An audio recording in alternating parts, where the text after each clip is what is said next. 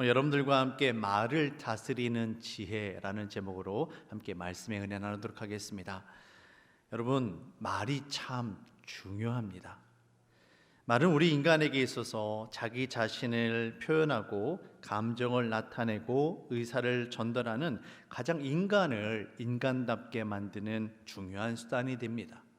오늘날 현대인들은 하루에 약 1만 6천 개의 단어를 사용하며 살아간다고 합니다. 한 단어를 말하는데 약 1초가 걸린다라고 가정을 했을 때에 1만 6천 개의 단어이면 계산해 보면 약 267분, 약 4시간 반 정도가 됩니다. 4시간 반 정도를 온전히 말하는 데에만 사용하는 셈이 되어집니다. 상당히 많은 시간을 순전히 말하는 것에 사용하는 것을 우리가 알 수가 있습니다. 뿐만 아니라 사람이 자기 자신의 의사를 표현하는 데 있어서 사용하는 거의 대부분의 수단이 바로 언어, 곧 말에 관련되어 있다는 것을 우리는 알 수가 있습니다.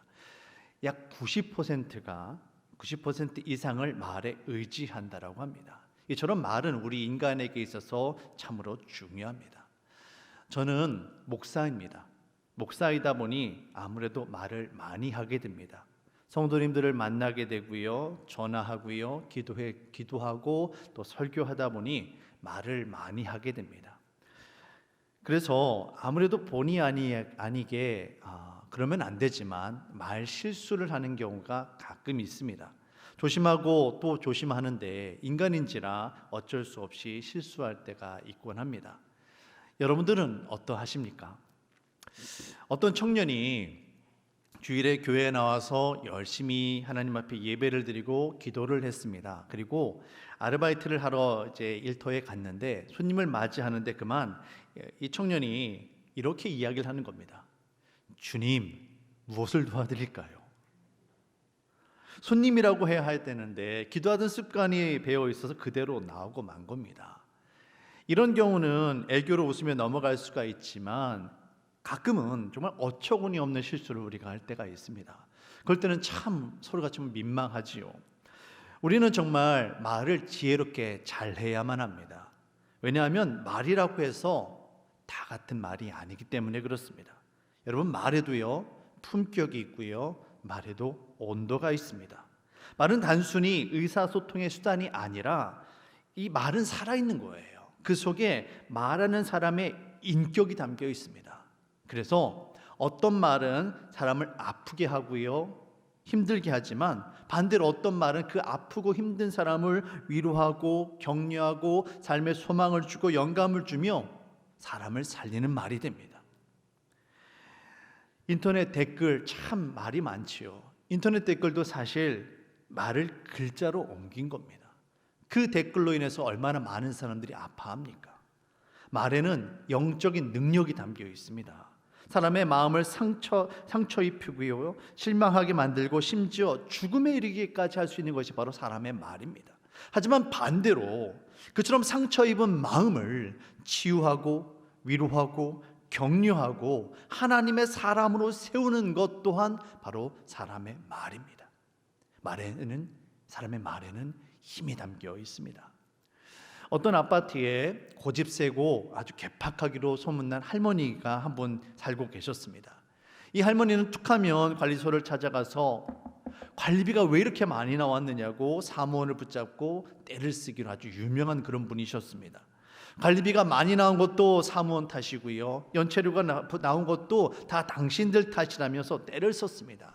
뿐만 아니라 아파트에서 만나는 사람들마다 옷이 어떠니 머리가 어떠니 하면서 꼬투리를 잡고 사람들의 마음을 아프게 하고 상처를 주었습니다. 그래서 그분이 얻은 공식 명칭이, 죄송합니다, 대쟁이 할머니였어요. 그런데 어느 날 이 할머니가 관리소를 찾아갔습니다. 아파트 관리소 여직원이 오늘은 또 이 할머니가 또 무슨 이야기를 하실까 걱정하는 마음으로 긴장하면서 커피 한 잔을 타서 이 할머니에게 대접을 했습니다. 평소 같으면 무슨 꼬투리를 잡아서 뭐라고 떼를 쓸 텐데 그날은 할머니가 얌전히 계신 거예요. 그래서 이 관리원이 이 할머니에게 물었습니다. 할머니, 어디 다녀오세요? 식사는 하셨어요? 어디 편찮으신 데는 없으세요? 라고 물은 거예요. 근데 그 말이 떨어지기가 무섭게 이 할머니가 갑자기 서럽게 울기를 시작하시는 겁니다. 그리고는 여직원의 손을 붙잡고 하는 이야기가 어느 누구도 지금까지 자식이 자기 자신에게 따뜻한 말을 건네준 사람이 없었다라는 거예요. 그럼 자기네 속내를 털어놓기 시작하는데 이 할머니가 후처로 들어와서 자식도 못 낳고 전처 자식들을 애지중지 키웠지만 할아버지가 돌아가시고 나니까 모두 할머니를 버려둔 채 외지로 다 떠나가 버렸다라는 거예요. 그래서 할머니 혼자서만 이 아파트에 외롭게 살고 있다라는 겁니다. 그제서야 알 수가 있었습니다. 할머니의 때는 사람들의 관심을 끌기 위한 것이었고 외로움에서 벗어나기 위한 자구책이었다라는 것을 말입니다. 그저 이 할머니는 할머니 식사하셨어요? 라는 이 따뜻한 말 한마디, 위로의 말 한마디가 필요했던 것입니다. 믿음의 사람들인 우리에게 있어서 하나님께서는 말을 주셨어요. 이 말이라는 수단을 통해서 먼저는 하나님께 영광을 나타내고 사람을 살리는 사명을 우리에게 주셨음을 여러분 깨달으셔야만 합니다. 우리는 사람을 죽이는 말이 아니라 사람을 살리는 말을 해야 하는 사람들입니다. 그렇기 때문에 말에 대해서 공부를 해야 하고요, 말을 지혜롭게 잘 다스려야만 합니다. 이사야서 50장 4절 말씀을 보시면 이렇게 성경은 이야기합니다. 주 여호와께서 학자의 혀를 내게 주사 나로 곤핍한 자를 말로 어떻게 도와줄 줄을 알게 하시고, 이사야 선지자가 기도했던 것처럼 날마다 하나님 앞에 나아가서 기도할 때에 하나님 나에게 학자의 혀를 주시옵소서, 곧 지혜로운 말을 할 수 있게 허락하여 주시옵소서 기도하시길 바랍니다. 그래서 곤핍한 자, 아픈 자, 도움이 필요한 자를 찾아가서 그들을 위로하고 격려하고 사람을 살리는 은혜의 역사가 바로 저와 여러분들의 삶 가운데에, 그리고 우리 춘천중앙선교교회 가운데에 날마다 가득할 수 있기를 우리 주님의 이름으로 축복합니다. 자, 오늘 말씀을 보실게요.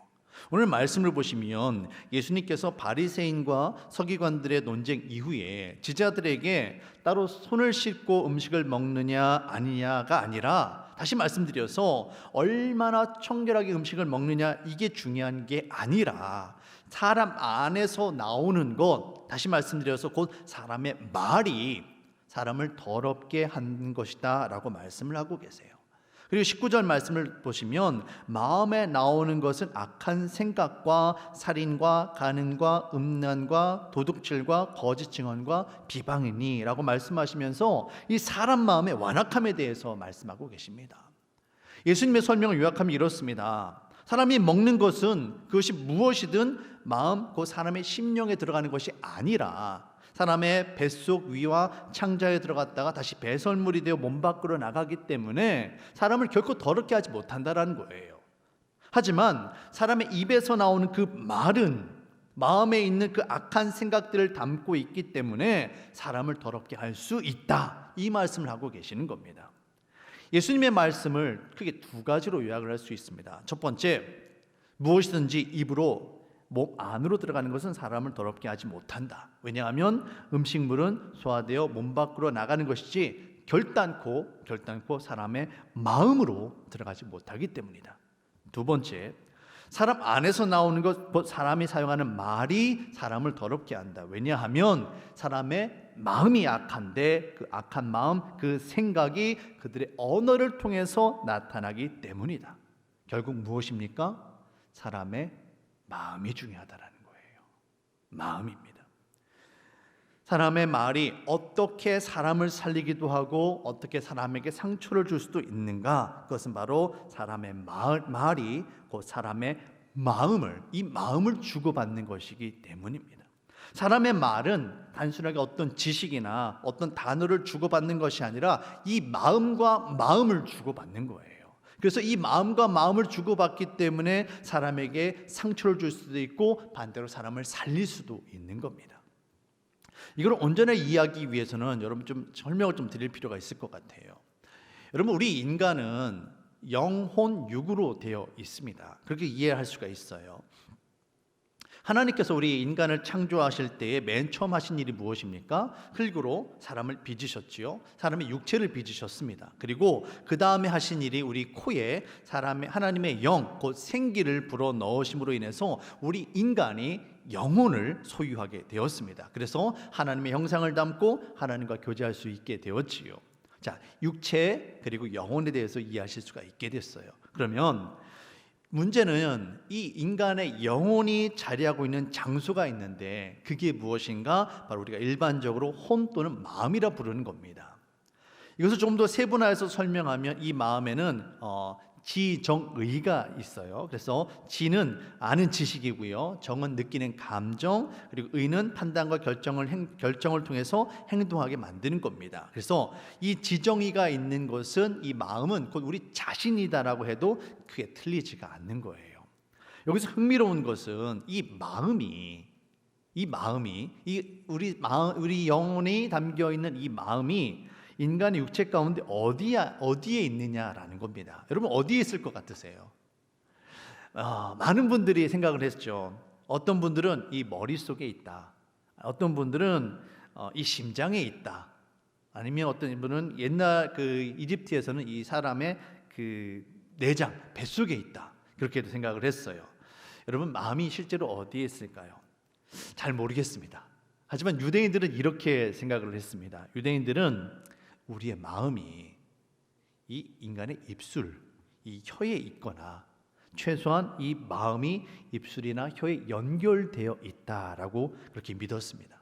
그렇기 때문에 이사야 선지자가 하나님으로부터 사명을 받았을 때에 거룩한 하나님의 천사를 보았을 때 내가 부정해서 죽게 되었다라고 고백하는 장면이 있습니다. 여러분 기억나시죠? 그때 하나님께서 천사로 하여금 제단 숯불을 가져와서 이사야의 어디를 정결케 합니다. 맞아, 입술이에요. 입술을 정결케 함으로 하시는 말씀이 내 모든 악이 사해졌고 정결하게 되었다라고 선포를 하십니다. 자, 이사야서 6장 5절 7절 말씀입니다. 자, 그때에 내가 말하되 화로다 나여 망하게 되었도다. 나는 입술이 부정한 사람이요, 나는 입술이 부정한 백성 중에 거주하면서 만군의 여호와이신 왕을 배웠음이로다 하였더라. 그때에 그 스랍 중에 하나가 부젓가락으로 제단에서 집은 바 핀 숯을 손에 가지고 내게로 날아와서 그것을 내 입술에 대며 이르되 보라, 이것이 내 입에 닿았으니 내 악이 제하여졌고 내 죄가 사여졌느니라 하더라. 입술, 곧 언어를 정결케 함으로 그의 영혼, 그의 마음을 정결케 했다라고 성경은 설명하고 있는 겁니다. 이처럼 우리의 마음과 연결되어 있는 이 우리의 입술과 혀를 통해 나타나는 말이 곧 우리 자신을 나타내는 것일 텐데, 우리의 심령이 문제는 우리의 심령이 악하고 또 악하다라는 거예요. 그래서 이 악한 말이 사람을 더럽게 만들고 상처 주고 심지어 죽음에 이르기까지 하는 겁니다. 마태복음 12장 34절에서 35절 말씀이에요.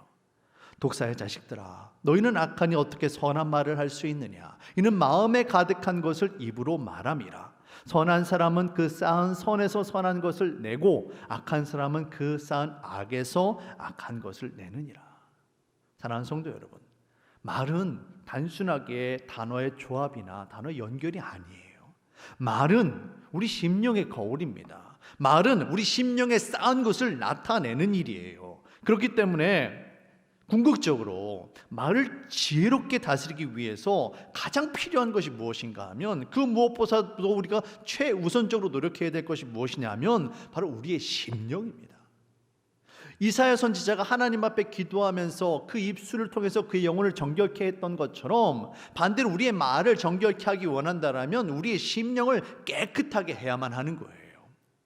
마음이 바뀌지 않는 이상 아무리 말이 바뀌어도 그것은 위선일 뿐입니다.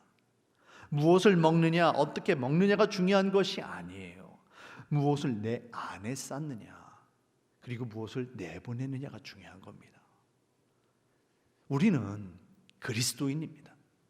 그리스도인은 예수님을 닮아서 예수님처럼 생각하고 예수님처럼 말하고 예수님처럼 행동하는 사람들이에요. 사도 바울이 갈라디아서 2장 20절에서 고백했던 것처럼 내 안에 내가 사는 것이 아니라 내 안에 사시는 예수 그리스도가 나를 통해서 나타나시는 삶을 사는 사람들이 바로 우리 그리스도인들입니다. 갈라디아서 2장 20절 말씀입니다. 내가 그리스도와 함께 십자가에 못 박혔나니 그런즉 이제는 내가 산 것이 아니요 오직 내 안에 그리스도께서 사시는 것이라. 이제 내가 육체 가운데 사는 것은 나를 사랑하사 나를 위하여 자기 몸을 버리신 하나님의 아들을 믿는 믿음 안에서 사는 것이라.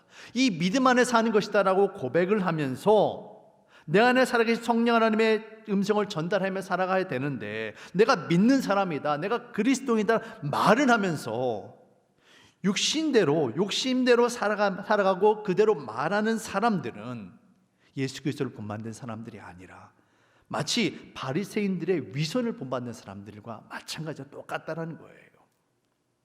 예수 그리스도의 참된 제자가 되어서 날마다 우리의 심령을 아름답게 가꾸어서 정말 선한 말을 하는 그런 저와 여러분들 되어주시길 바랍니다. 우리 심령을 가꾸셔야만 돼요.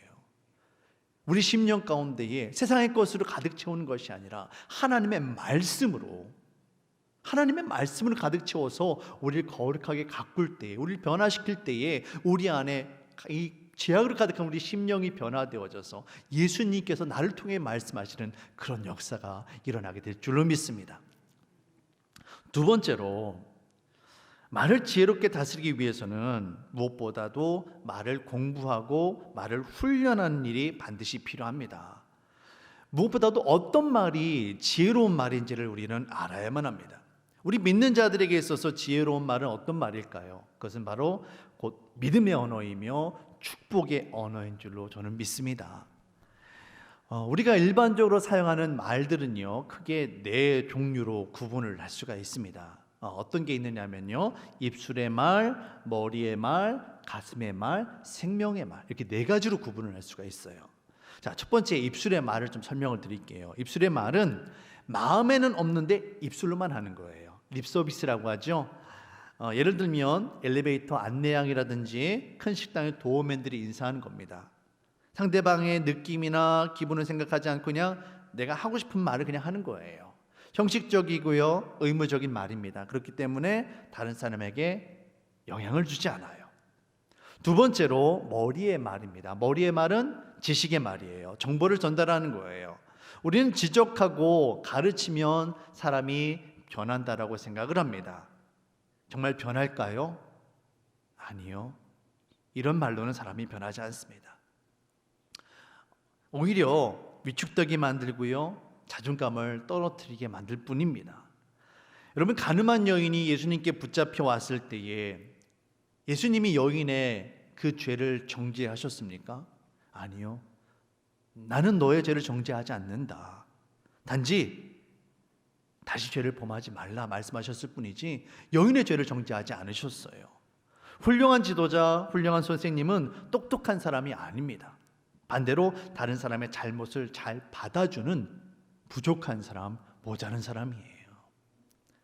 세 번째, 가슴의 말입니다. 가슴의 말은 느낌의 언어이고 이해하는 말, 공감하는 말입니다.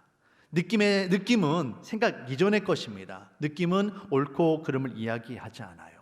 이와 같은 가슴의 말을 할 때 그때 비로소 마음과 마음의 대화, 영혼과 영혼의 대화가 이제 시작되는 거예요.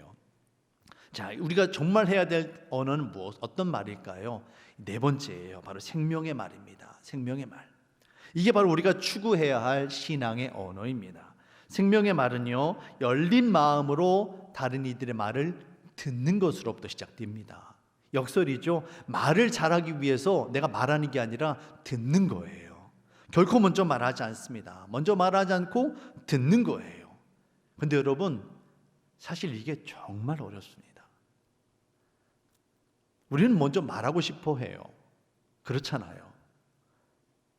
근데 진정한 영혼과 영혼의 대화, 무엇보다도 사람을 살리는 대화를 하기 위해서는 결코 성급하게 말해서는 안 됩니다. 함부로 그를 판단하고요, 함부로 그에게 충고해서는 안 되는 거예요. 기다려야만 되는 거예요. 그리고 듣는데 그냥 듣는 게 아니라 공감함으로 듣는 거예요. 결코 판단하지 않습니다. 그리고 무엇보다도 들을 때에 마음속으로 기도하며 듣는 거예요. 상대방의 아픔은 무엇인지, 어려움은 무엇인지, 내가 그를 위해서 해줄 수 있는 것은 무엇인지, 이 상황 가운데 하나님께서 어떤 말씀을 주기를 원하시는지 하나님께 기도하는 마음으로 그 이야기를 듣는 겁니다. 그리고 마지막으로 무엇을 합니까? 축복하는 거예요. 내 안에 살아계신 예수님의 마음을 느끼며 상대방을 축복하시길 바랍니다. 축복할 때에 놀라운 기적과 놀라운 능력이 나타납니다. 성경 속에 나타나는 예수님과 다른 이들의 대화를 살펴보면 이런 원리들을 우리는 쉽게 발견할 수가 있습니다. 다른 이들과 이야기할 때 예수님은 먼저 말하지 않으셨어요. 오히려 그들의 생각을 물어보셨습니다. 내가 원하는 것이 무엇이냐? 너의 소원이 무엇이냐? 예수님은 물으셨습니다. 10명의 문둥병자를 만날 때도 그랬고요. 베데스다 연못의 환자도 그랬습니다. 예수님은 먼저 물으셨어요. 그리고 그들의 이야기를 들어주셨습니다. 그리고 정죄하지 않으시고 오히려 그들을 축복하셨습니다. 특별히 다른 이들이 욕하고 다른 이들이 저주하는 이들을 찾아가서 그들을 진심으로 축복해 주셨어요. 심지어 제자들이 시끄럽다고 아이들을 쫓아내려 할 때 예수님은 어린 아이들을 가까이 오는 것을 막지 말라고 하시면서 천국은 이와 같은 아이들을 위한 것이더라고, 이와 같이 작은 소자를 위한 것이다라고 하면서 그들을 진심으로 축복해 주셨습니다. 은혜의 언어로, 신앙의 언어로 서로가 서로를 축복할 때에 우리 안에 놀라운 기적과 놀라운 능력이 나타납니다. 여러분, 우리 말의 운전수를 바꿔야만 합니다. 내가 말하는 것이 아니라 내 안에 계신 성령님께서 말하실 수 있도록 해야만 합니다. 이전엔 내가 말했다라면 이젠 예수님께서 말하셔야만 되는 거예요. 세상적인 말이 아니라 은혜의 말, 믿음의 말, 축복의 말을 하시는 저와 여러분들 되시길 바랍니다. 여러분, 믿음의 언어가 정말 중요합니다. 우리가 믿음의 언어로 축복할 때에 우리가 보통 말을 할 때예요. 그 말을 듣는 사람이 항상 셋이 있습니다. 셋이 있어요. 첫 번째는 누구일까요? 당연히 그 말을 듣는 상대방이겠죠. 두 번째는 누구니까 하면 바로 나로 하여금 그 말을 하게 하시는 내 안에 계신 성령 하나님이세요. 첫 번째, 두 번째 쉽게 이해가 되시죠? 그럼 마지막으로 세 번째는 누구일까요?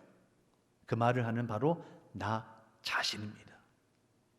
내가 그 말을 듣는 거예요. 우리가 어떤 말을 할 때 그 말이 무슨 말이 되었든 그 말은 반드시 그 말을 하는 나라는 사람에게 영향을 주게 되어 있습니다. 여러분, 생각을 해보세요. 내 입술에서 나가는 거예요. 상대방의 귀에 들리기 전에 누가 먼저 듣겠습니까? 내가 먼저 듣는 거예요. 내 귀에 먼저 들리는 거예요. 심지어는 내가 말하기 전에 그 말의 소리가 내 심령에서 울리는 거예요. 내 마음에서 울리는 거예요.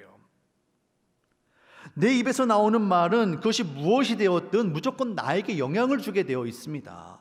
상대방을 축복하거나 칭찬하는 말뿐만 아니라 상대방을 저주하거나 상대방을 욕하는 부정적인 말도 상대방보다 먼저 나에게 영향을 주게 되어 있어요.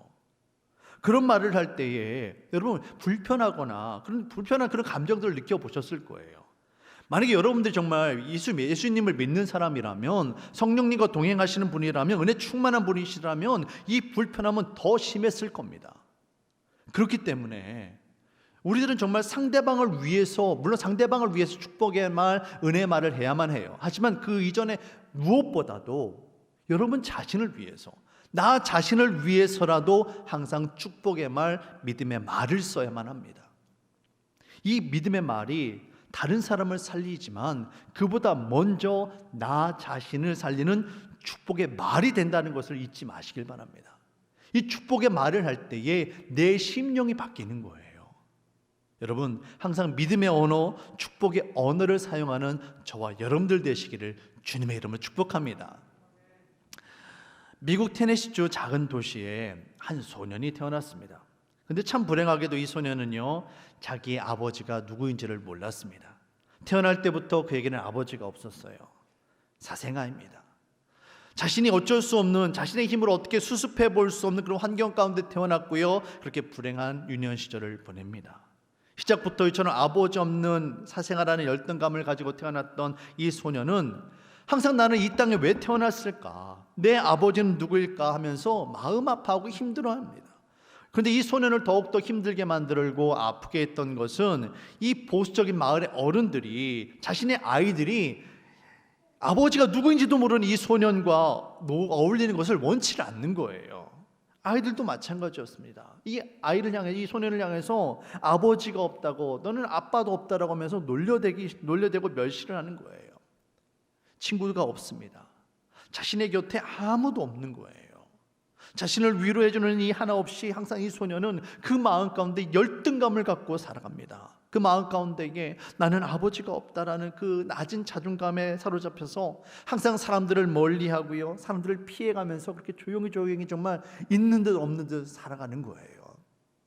그런데 이 소년이 12살이 되었을 때에 이 마을에 있는 교회에 젊은 목사님이 새로 부임을 해 오십니다. 근데 사람들의 소문이 들려오는 것이 이 목사님은 사람들이 있는 그대로 받아준다. 이 목사님이 가는 곳곳마다 사람들이 위로받고 격려되어지고 사람들이 은혜받고 사람들이 살아나는 역사가 일어난다. 그 이야기가 들려오는 거예요. 이 소년이 그 이야기를 듣고 나도 한번 교회를 가보고 싶은 거예요. 그래서 소년이 정말 용기를 내어줘서 교회를 갑니다. 교회를 가서 사람들의 시선을 피해서 사람들이 다 들어가고 나서 정말 이제 찬양이 끝나고 말씀이 시작할 때쯤 돼서 이제 느지막이 예배당 맨 뒷자리에 들어가서 사람의 시선을 피해서 앉아 있습니다. 앉아서 예배를 드리는데 쏟아지는 하나님의 말씀에 이 소년이 위로를 받습니다. 은혜를 받아요. 정말 눈물 펑펑 흘리면서 말씀의 은혜를 누리게 됩니다. 그런데 이제 예배를 마치고 축도 시간이 되어졌는데 사람들을 피해서 이 소년이 빠져나가야 되는데 그만 때를 놓친 거예요. 축도가 끝났고요, 사람들이 일어나서 한 사람 한 사람씩 빠져나가기 시작을 합니다. 이 소년도 다른 사람들처럼 줄을 서서 이제 목사님을 앞을 지나가게 되어지는데 이 목사님이 소년을 바라보면서 이런 이야기를 하는 거예요. 소년을 본 목사님께서 네가 누구 아들이더라? 라고 묻는 겁니다. 순간 주변에 있던 사람들이 싸늘해집니다. 조용해져요. 다 이 아이가 누구인지를 아는 거예요. 이 아이는 아비가 없는 아이라는 것을 다 아는 겁니다. 그런데 계속해서 목사님께서 환한 얼굴로 이 소년에게 이렇게 이야기를 합니다. 그래, 네가 말하지 않아도 나는 네가 누구 아들인지를 잘 알 것 같다. 너는 네 아버지를 닮았기 때문에 금방 알 수가 있어. 그리고는 목사님이 이렇게 이야기를 합니다. 너는 하나님의 아들이야. 네 모습을 보면 금방 알 수가 있어. 소년의 얼굴이 하얘졌습니다. 당황해서 고개를 숙이고 빠져나가려고 하는데 소년의 등을 향해서 목사님이 이렇게 이야기를 합니다. 너는 하나님의 아들이야. 그러니 하나님의 아들답게 훌륭하게 당당하게 살아라. 다른 이들은 이 소년을 향해서 아비 없는 자식이다라고 부정하다라고 판단하고 욕하고 저주했어요. 그런데 이 목사님만은 이 소년의 아파하는 그 마음의 소리를 듣고 소년을 향해서 너는 하나님의 아들이다. 하나님의 아들답게 당당하게 훌륭하게 살아라. 그를 축복해 주었습니다. 그리고 세월이 흘러서 이 소년이 테네시주의 주지사가 됩니다.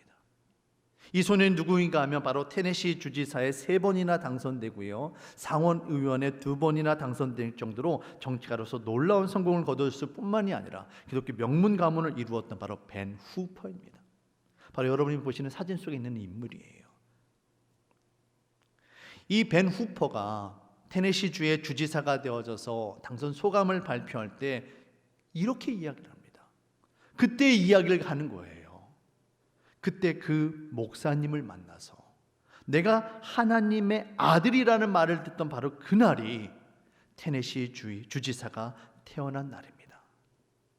그 이전까지 자신은 아무것도 아닌 존재라고, 이 땅 가운데 정말 아무 의미 없는 존재라고 생각을 하며 살았는데 그날 그 시간에 그 목사님을 통해서 자신을 인정해주고 자신을 축복하는 그 말을 들음으로 인해서 사람의 인생이 바뀐 거예요. 사랑하는 성도 여러분, 우리 입술의 언어가 이처럼 사람을 살리는 믿음의 언어, 축복의 언어가 되기를 바랍니다. 에베소서 4장 31절 말씀입니다. 성경은 이렇게 우리에게 이야기합니다. 우리 한번 같이 한 목소리 읽어보도록 할까요? 시작. 너희는 모든 악독과 노함과 분냄과 떠드는 것과 비방하는 것을 모든 악의와 함께 버리고 서로 친절하게 하며 불쌍히 여기며 서로 용서하기를 하나님이 그리스도 안에서 너희를 용서하심과 같이 하라. 아멘. 성경은 분명하게 이야기하고 있습니다. 서로 친절하게 하며 불쌍하게 여기며 서로 용서해라. 무엇처럼요? 마치 하나님이 그리스도 안에서 너희를 용서하심과 같이 말입니다. 방 안에 꽃이 있으면 향기가 납니다. 마찬가지로 우리 믿는 자들의 삶 가운데에는 반드시 예수 그리스도의 향기가 나타나야만 합니다. 저와 여러분의 삶 가운데에 예수 그리스도의 향기가, 무엇보다도 이 믿음의 언어, 축복의 언어가 가득하기를 바랍니다. 코로나로 인해서 너무나도 많은 사람들이 힘들어하고 있습니다. 이때 우리에게 필요한 것은 서로를 판단하고 정죄하고 지적하고 비판하는 그런 말이 아니라 서로를 위로하고 서로를 격려하고 서로를 축복하는 바로 믿음의 언어입니다. 이와 같은 믿음의 언어, 축복의 언어 없이는 결코 세상이 변하지 않습니다. 사람을 살리는 믿음의 언어가 가득할 때에 먼저 여러분의 삶이 변할 것이고 여러분의 가정과 우리 교회, 이 나라, 이 민족이 변화될 줄로 믿습니다. 우리 옆에 계신 분들을 바라보시면서 함께 이렇게 좀 이야기 나누시면 좋을 것 같아요. 먼저는요, 한번 연습을 해보실게요. 옆에 계신 분을 먼저 지그시 바라보세요. 그리고는 다정하게 한번 불러보세요. 권사님. 그리고서는 제가 하는 대로 한번 따라해 보시겠어요? 권사님은 참 좋은 사람이에요. 하나님이 함께 하십니다. 잘 될 거예요. 서로 축복하시길 바랍니다. 서로 격려하시고 위로하시길 바랍니다. 저와 여러분의 삶 가운데에 이 믿음의 언어, 축복의 언어, 신앙의 언어가 가득할 때에 코로나19 아무것도 아닌 줄로 믿습니다. 우리들의 삶 가운데에 사람이 살아나는 그런 기적이, 놀라운 은혜가 가득하길 바랍니다. 여러분 기억하시길 바랍니다. 여러분의 심령 가운데에 세상의 것으로 가득 채우는 것이 아니라 하나님의 것으로, 거룩한 것으로 채우시길 바랍니다. 그리고 무엇보다도 믿음의 언어를 사용하는 저와 여러분들 되시길 바랍니다. 그리할 때에 이 어려움들을 우리는 넉넉하게 이겨낼 줄로 믿습니다.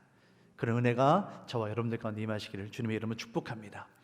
기도하겠습니다. 사랑의 주 하나님, 오늘 말씀을 통해서 하나님, 말을 어떻게 잘 다스려야 하는지, 말을 다스리는 지혜가 중요하다는 것을 다시 한번 깨닫게 되어졌습니다. 하나님, 우리의 심령을 바꿔 주시옵소서. 무엇보다도 우리 심령의 주인이 되어 주시옵소서. 그리고 우리 입술 가운데에 입술의 언어를 축복의 언어, 믿음의 언어로 바꿔 주셔서 우리 삶 가운데 은혜가 넘칠 수 있도록, 승리하는 우리의 삶이 되어 줄 수 있도록 주님 도우시고 인도하여 주시옵소서. 감사하며 예수님의 이름으로 기도합니다. 아멘.